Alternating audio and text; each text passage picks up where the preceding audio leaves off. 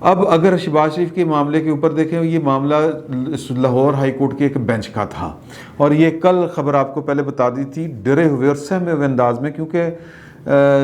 مطلب ہمارا جو ڈرنا اور جو سہمنا ہے وہ پاکستان کے صرف دو ادارے ہیں جن سے ہم ڈرتے اور سہمتے ہیں، وہ ہمارے ساتھ جو کچھ مرضی کرتے رہیں۔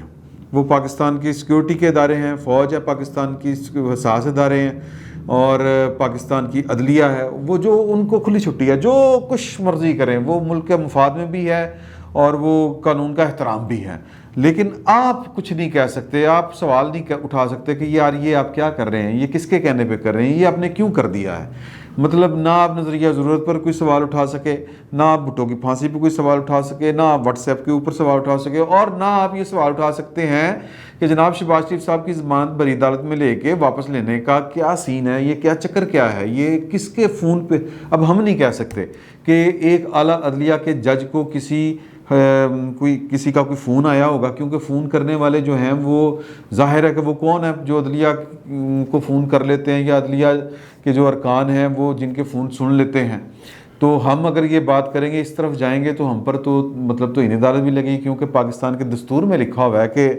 آپ کے ساتھ جو کچھ مرضی ہوتا رہے، آپ نے پاکستان کی عدلیہ کا احترام بھی کرنا ہے، اور پاکستان کی جو سیکیورٹی اسٹیبلشمنٹ ہے، فوج، اس کا بھی آپ نے احترام کرنا ہے۔ تو یہ جو دو ادارے ہیں ان کے اوپر سوال اٹھائے بغیر ظاہر ہے پھر تیسرے بچتے ہیں عمران خان صاحب، جن کے وہ کیا کہہ لیں کہ انضمام اختیار جن کے پاس ہے۔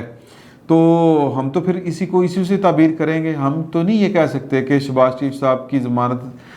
دے کے واپس لینے کا جو فیصلہ ہے وہ کسی دباؤ کا نتیجہ ہوگا۔ ہم تو زیادہ سے زیادہ یہی کہہ سکتے ہیں کہ جناب کہ یہ اگر کوئی بہت زیادہ کوئی گڑبڑ ہے تو پھر وہ عمران خان صاحب ڈر رہے ہوں گے، انہوں نے جا کسی کا ترلا واسطہ کیا ہوگا کہ پائے نے کیوں بار کر رہے ہو یار، میں ٹھڈا تابع دار، ٹھڈا خادم، دفع کرے۔ تو پوائنٹ اس میں صرف اتنا ہے کہ یہ جو کارروائی ہوئی ہے یہ کسی کے وہ جو گٹے گوڈے پکڑنے کے بغیر نہیں ہو سکتی، کسی کا ترلا ڈالے بغیر اس طرح کا فیصلہ جو ہے، یا اس طرح کا معجزہ، پاکستان میں سیاسی معجزے تو ہوتے ہیں، یہ پاکستان میں جو ہیں وہ عدالتی معجزے بھی ہوتے ہیں، تو اس طرح کے جو معجزے ہیں وہ بغیر کسی کے گوڈے گوڈے پھڑے ہوں، بغیر کسی کی قدم بوسی کیے بغیر یہ ممکن نہیں ہے۔ تو یعنی عمران خان صاحب جو ہیں وہ ان کی مطلب یہ کہ ایک ہوتا ہے نا کہ ایک آپ کا اگر کوئی دشمن ہے میدان میں تو پھر آپ اس کا سامنا کریں، تو یا پھر بندوبست کریں کچھ، تو وہ بندوبست وہ دوسرے والا وہ کرنے کو ترجیح دیتے ہیں، اور جو وہی خوف کا عالم کہ مولویوں سے بھی خوف، اور یہ شہباز شریف صاحب سے بھی خوف، اور پیپلز پارٹی سے بھی خوف۔ اب پیپلز پارٹی سے جو خوف ہے وہ اس بنیاد پر آپ دیکھیں کہ کتنے بڑے بڑے فیصلے ہو رہے ہیں۔ پہلے تھا کہ ایم کیو ایم اتحادی ہے، لیکن کراچی میں ووٹ بینک جو ہے ہمیں دوسرے نمبر پہ پڑا ہے، تو یا ہم ایک نئی ایمرجنگ پاور ہیں تو ہمیں کراچی والوں کو کوئی سہولت دینی ہے، تو 1100 ارب روپے کے پیکج کا اعلان کیا گیا۔ آج وزیر اعظم صاحب سکھر میں گئے ہوئے ہیں، اور پیپلز پارٹی کے خلاف فائر کھولنے کے علاوہ انہوں نے صرف سکھر کے لیے یہ شنید ہے کہ 460 ارب روپے کے فنڈز کا اعلان کیا ہے۔ تو یہ بھی ایک خوف ہے کہ پیپلز پارٹی کا خوف کہ وہ تو کہہ رہے ہیں کہ جی ہم کراچی سے چلیں گے long march, P D M والے ساتھ دیں، بسم اللہ کرتے ہیں، ہم کراچی سے نکلیں گے، پنجاب میں کوئی تگڑم ملائے نون لیگ ہمارے ساتھ مل کے، تو جو ہم تختہ گراتے ہیں عثمان بزدار صاحب کا اور حمزہ شہباز صاحب کو اقتدار پہ لاتے ہیں تو عمران خان صاحب کو فارغ۔ لیکن ظاہر ہے کہ وہ پھر نون لیگ نے تو اپنے معاملات دیکھنے ہیں اور پیپلز پارٹی نے اپنے، لیکن عمران خان صاحب کے بس کی بات صرف اتنی ہے کہ وہ خوفزدہ رہیں،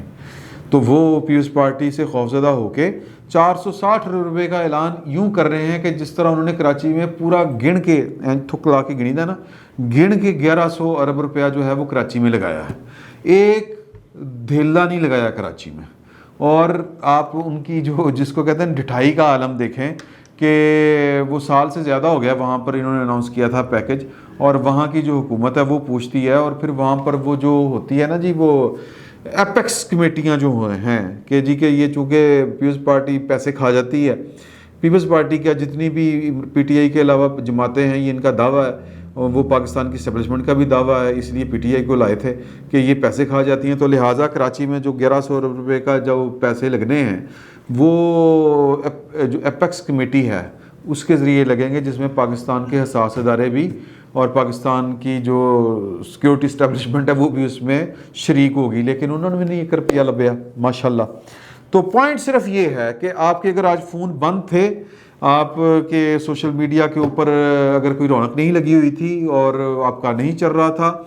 تو یہ پہلی دفعہ نہیں ہوا، یہ اب مسلسل ہوا کرے گا، کیونکہ اس حکومت کے پاس اس کے علاوہ اور کوئی نہ چارہ ہے نہ کوئی ترکیب ہے کہ معاملات کو کس طرح ٹھیک کرنا ہے۔ سمپل ہے کہ جناب کہ آپ سوشل میڈیا کی سانس بند کر دیں، اور عمران خان صاحب کو ویسے بھی چائنا ماڈل اچھا لگتا ہے، آپ کو پتہ ہی ہے، یا سعودی عرب ماڈل اچھا لگتا ہے، یا ایران ماڈل اچھا لگتا ہے، جہاں پر اس قسم کی آزادیاں نہیں ہیں،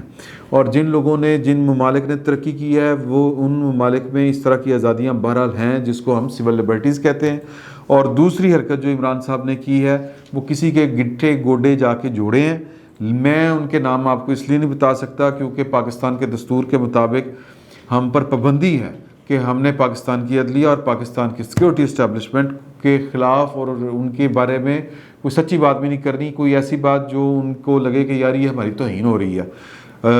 کیونکہ وہ 2 سال والا وہ قانون بھی آ رہا ہے اور 5 لاکھ روپے جرمانے والا بھی، تو زبردستی کے سودے ہیں، اور زبردستی یہی ہے ہمارے ساتھ کہ آپ کے ساتھ جو کچھ ہوتا رہے، آپ نے کچھ نہیں کہنا نہ کچھ کرنا ہے۔ تو عمران خان صاحب نے جو یہ والا معاملہ ٹلایا ہے، جو ٹالا گیا ہے، تو یا شہباز شریف والا کہ ضمانت دے کے ضمانت واپس، یہ عمران خان صاحب کسی وڈے بندے دے جا کے پیری ڈگے ہوں گے، اس کے بغیر یہ والا کام نہیں ہو سکتا۔ یہ بات آپ لکھ لیں، یہ آج نہیں تو کل، یہ جب وقت گزرے گا، جب جو ہے وہ اقتدار کا ہمہ کسی اور سر کے اوپر جا کے بیٹھے گا، تو پھر یہ کہانیاں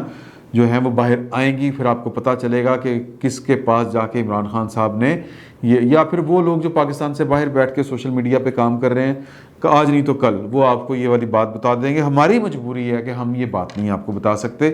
آپ اشارتاً تو سمجھ رہے ہوں گے اور آپ سمجھدار ہیں، آپ کو پتہ ہے کہ پاکستان میں اس طرح کے کام کن کے کہنے پہ ہوتے ہیں اور کن کا حکم چلتا ہے حکم دینے والوں کے اوپر۔